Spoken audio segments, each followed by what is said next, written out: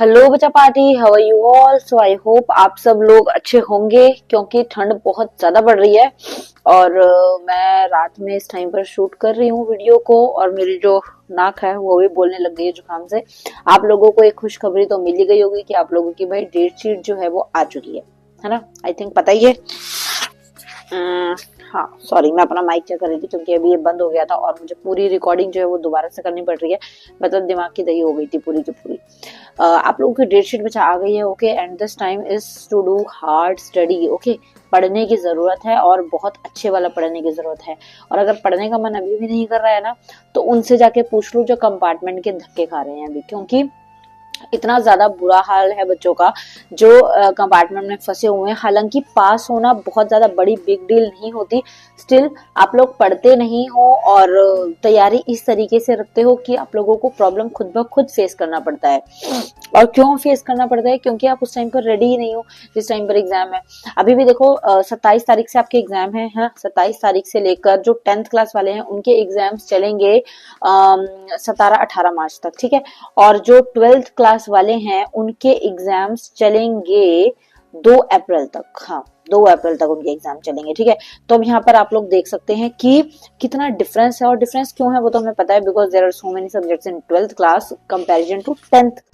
और एक बात जो मोस्ट इम्पोर्टेंट है और जो सबसे ज्यादा आप लोगों को अभी मुझे बताने की जरूरत है ना, कि बहुत ज्यादा एक चीज देखने के लिए मिल रही है, छुट्टियां बहुत कम है, ठीक है। जब हमारा टाइम था ना, जब हमने बोर्ड के एग्जाम दिए थे, because I am also from HBSC board, state board से हूँ मैं भी। और जब मैंने एग्जाम दिया तो, और अब के एग्जाम में मतलब छुट्टियां घटती जा रही हैं। जब मैंने एग्जाम दिए थे आई थिंक 1 हफ्ता 8 दिन 9 दिन की छुट्टियां होती थी एक पेपर में। उसके बाद धीरे धीरे धीरे धीरे धीरे धीरे कम हो गया। मेरा मैथ्स के एग्जाम में मुझे अभी भी याद है, शायद 9-10 छुट्टियां थी भाई। मतलब इतनी छुट्टियां कैसे कर देते हैं ये लोग। और उतना टाइम पे फिर इतना आलस आता था ना पढ़ने में कि मन करता था बस लास्ट के 2 दिन ही पढ़ेंगे, छोड़ो। क्योंकि थोड़ा हम लोग पढ़ाकू हुआ करते थे, और गर्ल्स वैसे भी पढ़ाकू होती हैं। अब तो पता नहीं मुझे है कि नहीं है, बट उस टाइम पर बहुत होती थी। लड़कों को फिर भी थोड़ा भूलना पड़ता था, पेरेंट्स लोगों को घूसे थप्पड़ मार मार के कि पढ़ लो, लेकिन गर्ल्स को थोड़ा रहता है कि हाँ भाई टॉप करना है। तो इतना ज्यादा हम लोगों को आलस आ रहा था उस टाइम पर पढ़ने में कि यार इतनी ज्यादा छुट्टियां लास्ट के 2 दिन ही पढ़ेंगे। और हमने करा भी वही, थोड़ा थोड़ा पढ़ते थे। बट अभी की अगर मैं बात करूं तो जैसे 28 को 10th वालों के पेपर स्टार्ट है। 28 के बाद सीधा, क्योंकि फरवरी है और फरवरी का मंथ 28 का ही होता है, फिर उसके बाद में सीधा 2 छुट्टी है, 3 को पेपर है, फिर उसके बाद 1 छुट्टी है, फिर 5 को पेपर है, फिर 1 छुट्टी है, 7 को पेपर है, फिर 2 छुट्टी है, 11 को पेपर है, और 3 छुट्टी है, फिर 2 छुट्टी है, फिर उसके बाद में 1 छुट्टी है, फिर 2 छुट्टी है। मतलब इस तरीके से आप लोग देख सकते हैं। और ऐसे अगर मैं 12th की भी बात कर देती हूँ तुम्हारे सामने, 27 को पेपर है 12th वालों का, उसके बाद में 1 को पेपर है, 1 छुट्टी है बस, फिर 4 को पेपर है, फिर। और एक चीज मैं आप लोगों को साफ साफ बोल देती हूँ कि आपको सबसे ज्यादा ध्यान ये रखना है कि सोना नहीं है। एग्जाम टाइम्स चल रहे हैं, ठीक है, और डेट शीट आ गई है, तो मतलब अब तो ये टाइम पीरियड है कि आपको भर भर के पढ़ने की जरूरत है। ओके, और अगर पढ़ने का मन नहीं है तो यार रिजल्ट को एक बार इमेजिन कर लो कि रिजल्ट खोला और कंपार्टमेंट दिख गई, रीअपियर दिख गई, फेल दिख गया, नॉट क्वालिफाइड दिख गया।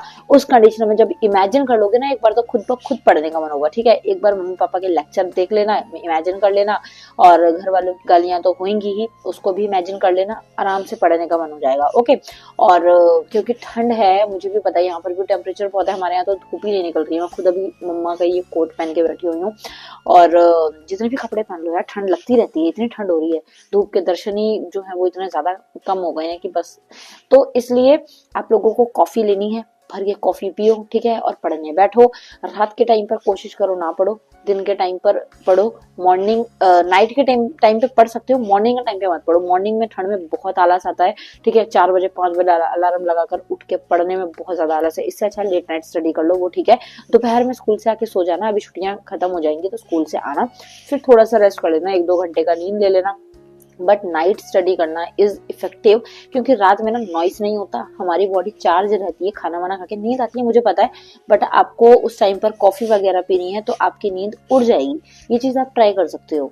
सो ये है लैपटॉप की स्क्रीन, और आप लोगों की डेट शीट ही खुली हुई है। अगर आप थोड़ा सा देखेंगे, ठीक है, नजर आ रहा है तो ठीक है, वरना आप देख सकते हो लोगो जो है यहाँ पर हरियाणा बोर्ड का ही है, तो आप लोगों की डेट शीट खुली हुई है। और एक बात को ध्यान में रख लेना, ओपन कैटेगरी से हो, सीटीपी कैटेगरी से हो, या फिर आप हो रेगुलर कैटेगरी से, या फिर रीअपियरिंग कैटेगरी से, additional improvement category, any type of category, सबकी डेट शीट भाई यही रहेगी, ठीक है।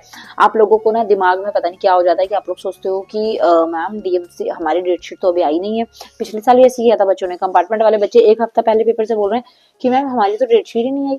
अरे वही डेट शीट है, सब लोगों की सेम ही डेट शीट रहती है, ठीक है। एचबीएससी वाले जो है वो इतने वेले नहीं है, इवन कोई बोर्ड इतना वेला नहीं होता कि वो अलग अलग डेट शीट निकालेगा। DMC of all the students remaining same. और आपको इसके अलावा में बस पढ़ने पर ध्यान देना है, previous year question papers, practice test papers, important topics, important concept, important questions. I am uploading videos on my channel, तो अगर फर्स्ट टाइम यहाँ पर आए हो तो एग्जाम्स तक हम इतनी प्रिपरेशन तो एटलीस्ट कर लेंगे यार कि आप लोगों के एवरेज से ऊपर नंबर आ जाए। एवरेज की डेफिनेशन मेरी नजर में ये होती है कि जब हमारी अगली जनरेशन आए तो हमारे मार्क्स एटलीस्ट उतने आ जाएं कि हमें उनको बताते हुए ना शर्म फील ना हो कि हाँ भाई अपने बच्चों को बता रहे हैं कि यार 60% आए थे बेटा, तू भी इतने ही लेके आ। ऐसा नहीं होना चाहिए, है ना। और तुम्हारे जो भी साथ के पार्टनर्स होंगे उनको बताते हुए भी शर्म ना फील हो कि हम तो 65% पे पास हुए हैं। तो बस इतना पढ़ लेना है कि हम ऊंचे रहें थोड़ा, ठीक है। Bye bye.